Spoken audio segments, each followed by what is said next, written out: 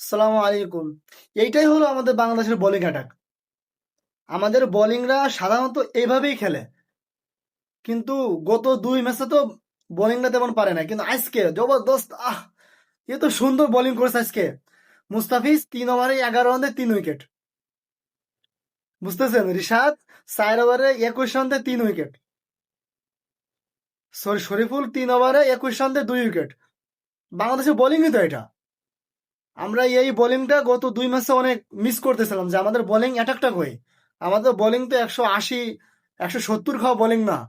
আমরা যে কোনো প্লেয়ার অথবা যে কোনো দেশের সঙ্গে আমাদের বোলিং অ্যাটাক 140 150 রানের ভিতর তাদেরকে আটকায় দেয়।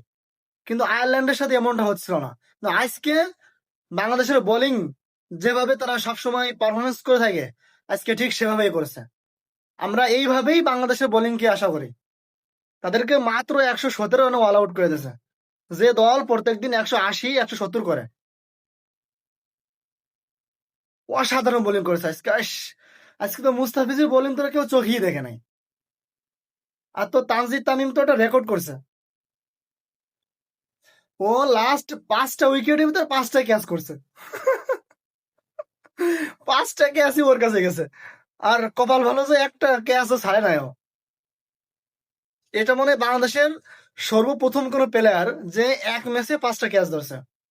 এটা তানজিম তামিমের জন্য একটা রেকর্ড। অসাধারণ বোলিং করেছে বাংলাদেশ। আমাদের বাংলাদেশের বোলিং থেকে এটাই আশা করি আমরা।